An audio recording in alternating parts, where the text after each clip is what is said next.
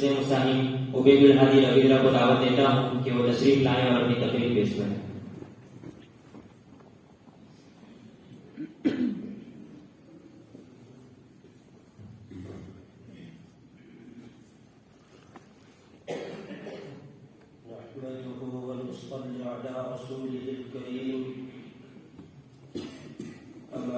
فأعوذ بالله من الشيطان الرجيم. بسم الله الرحمن الرحيم.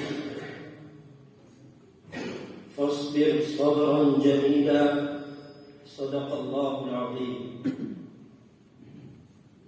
صدر محترم، حضرات حکم مستحکم اور معزز سامعین کرام، اسلام نے انسان کو کسی موقع پر تشنا طلب نہ چھوڑا.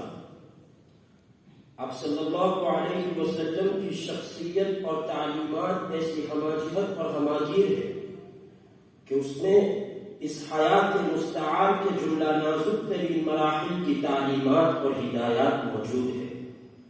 لیکن آپ صلی اللہ علیہ وسلم نے صرف تعلیمات اور ہدایات پر اکتفا نہیں فرمایا، بلکہ اسوا ہونے کے ناطے اس جزئی پر عمل پیرا ہو کر بتلایا تاکہ امت کے لیے ایک عملی نمونہ سامنے آئے. انہی مراحل میں سے کوئی پیش مرحلہ مسائل و آلام کے گرداب میں پھنسنے کے باوجود صبر و استقامت، عزیمت و استقلال کے جبال راسیات بننے کا ہے.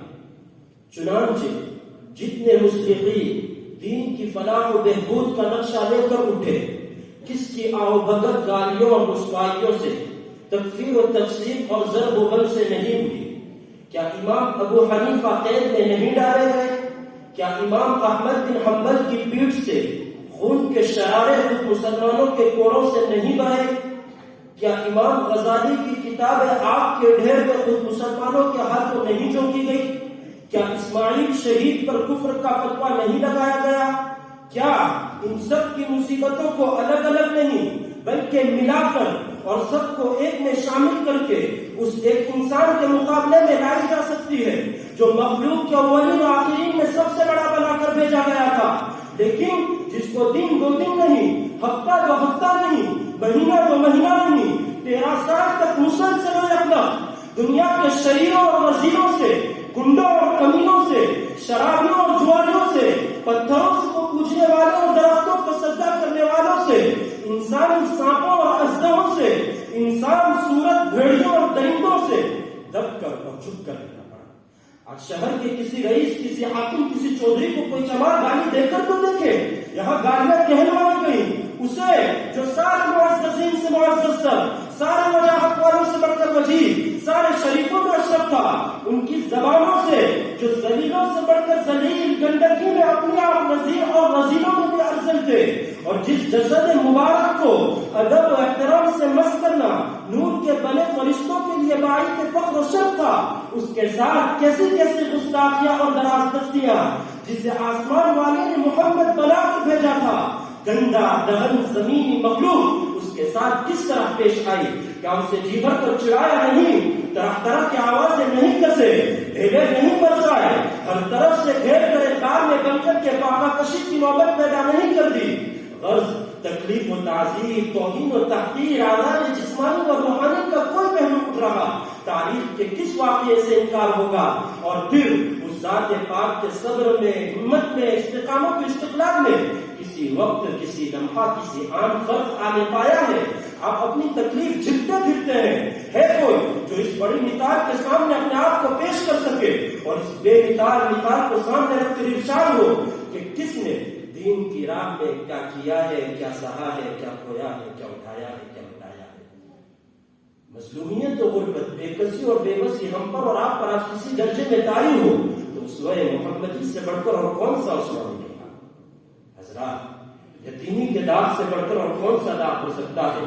اس وقت سے بڑھ کر بے کسی اور بیچاری کا اور کون سا وقت ہوگا؟ اب ساری دنیا کے بے کس بیچارے یتیموں کو خوشخبری ہو کہ جس نے ساری دنیا کے یتیموں کے سر پر ہاتھ پھیرا وہ خود بھی دنیا میں یتیم ہی ہو کر آیا. اور یتیمی بھی کس مذہب کی؟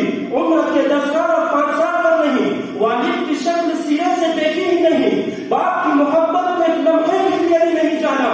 جب آپ دنیا یہی والد ماجدہ سو وہ بھی 5 سال سے زائد اپنی آنکھوں کے تارے اور عالم کے آفتاب کا نظارہ نہ کر سکی. یتیمی کا اطلاق تو اس پر ہوتا ہے جس کا صرف باپ زندہ نہ ہو. یہاں شروع سے بے بیداری اور شعور پیدا ہوتے ہی بے مادری. ایک ساتھ یتیمی و یسیری دنیا جہاں کے یتیموں اپنے حال پہ رونے اور کراہنے کے بجائے خوش اور نازا ہو کہ تم کس قسط میں کھڑے ہو گئے ہو. حضرات، بیوی اور چہیتی بیوی کا شوہر کے ہاتھ اٹھ جانا شوہر کے لیے کس قدر منفرسا واقعہ ہوتا ہے. رفیق حیات جس سے دل ملا ہوا ہو، جس نے زندگی کے ہر نشے کو فراز میں ساتھ دیا ہو، اس کو کفنانے دفنانے کی ہمت کوئی کہاں سے لائے؟ بجا ہے لیکن درا خیال اللہ کے اس لاڈلے بندے کی طرف بھی جائے جس نے خدیجۃ الکبریٰ جیسے عزیز و عزیز الوجود محبوب و وفاصلشت شریک حیات کو 23-24 سال کی رفاقت کے بعد کھویا. اللہ کی مشیت پر صبر کیا کہ آج ہم میں سے کسی کا رنج اس رنج سے بڑھ کر کسی کا صدمہ اس صدمے سے ظاہر ہو سکتا ہے. جب اسے کلیجے پر پتھر رکھنا پڑا جس کی مرضی خود مرضی الہی کو منظور رہا کرتی تھی، وَلَسَوْفَ يُعْطِيكَ رَبُّكَ فَتَرْضَىٰ، تو پھر ہم اور آپ یہ اور وہ زید و بکر کس شمار میں ہے؟ تسکین اگر ہوگی تو پھر اپنے اسی بڑے کی مثال کو دیکھ کر قومی زندگی سے قطع نظر خان کی زندگی کے مسائل و نوائی میں بھی اس ایک کے سوا اس کا سہارا پکڑا جائے. حضرات، بیوی سے بڑھ کر جاسوسی صدمہ اولاد کا ہوتا ہے. کسی کے کلیجے کو گرم کر لوہے سے داغ دیا جائے اور کہا جائے کہ زبان سے آگ اور دل سے شعلہ نہ اٹھنے پائے تو اس پر کیا گزر کر رہے گی.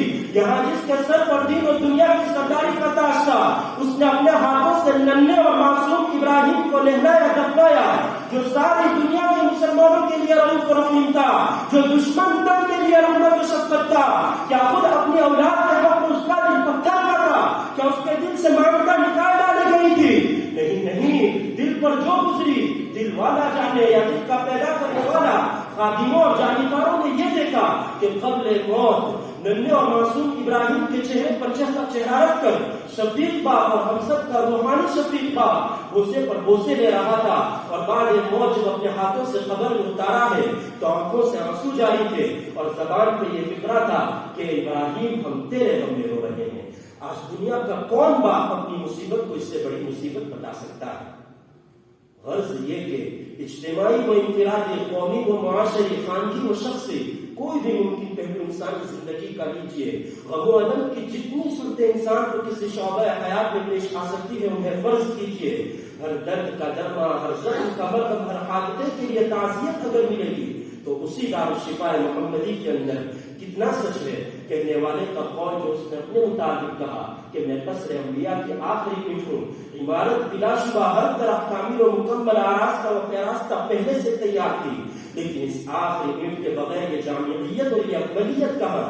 رحمتیں اور بے شمار رحمتیں نازل ہو اس پر کہ جس کے وجود نے کامل کو اکبر، شریف کو اشرف، فاضل کو افضل، حسین کو افضل اور جمیل کو اجمل کے مرتبے تک پہنچا کر امت کے غریبوں اور ضعیفوں، دکھیاروں اور لاچاروں، بیماروں اور سوگواروں، غمزدوں اور ناداروں سب کی تسکین کا سامان رہتی دنیا تک کر دیا. وآخر دعوانا الحمدللہ رب العالمین.